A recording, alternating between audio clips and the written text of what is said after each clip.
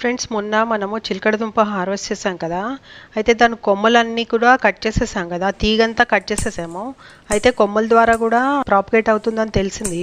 So అవన్నీ చిన్న చిన్న ముక్కలు చేసేసాం అనమాట. ఈ తీగంతా కూడా చిన్న చిన్న ముక్కలు చేస్తాను. టైం లేక ఒక బౌల్లో వేసేసి పెట్టేశాను అనమాట. సో నెక్స్ట్ డే గుర్తొచ్చింది, వాటిలో మళ్ళీ నీళ్ళు వేసి పెట్టేశాను. నీళ్ళు వేసి పెట్టేసి ఒక 2-3 డేస్ నుంచి నీళ్ళు మారుస్తూ వచ్చాను. ఈ చూడండి ఎంత బాగా వచ్చాయో అసలు రూట్స్.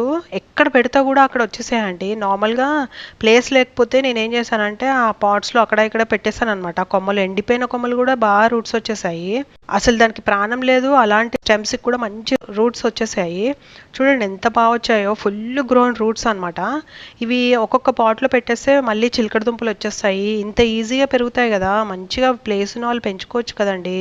మాకు ప్లేస్ లేదు, ఈ డ్రాగన్ ఫ్రూట్ ప్లాంట్లోనే పెట్టేశాను. ఇది ఎలాగో తీసేసేయాలి, ఎందుకంటే ప్లాంట్కి ప్రాబ్లం అవుతుంది. మళ్ళీ డ్రాగన్ ఫ్రూట్ ప్లాంట్కి మొన్ననే రీపాట్ చేశాను. ఇది పెరిగితే మాత్రం మళ్ళీ మొత్తం సాయిల్ అంతా తీయాల్సి వస్తుంది అనేసి తీసేస్తాను. ఊరికే అలా పెట్టాను అనమాట. కానీ చిగురులు వచ్చేసాయి, మనసొప్పట్లేదు అయితే కూడా. ఇవన్నీ కూడా ఇప్పుడు నాకు ప్లేస్ లేదు, ఏ పాట్లో పెట్టాలో తెలియదు. దీనికి ఏమో పెద్ద పాట్ కావాలి స్వీట్ పొటాటో రావాలంటే.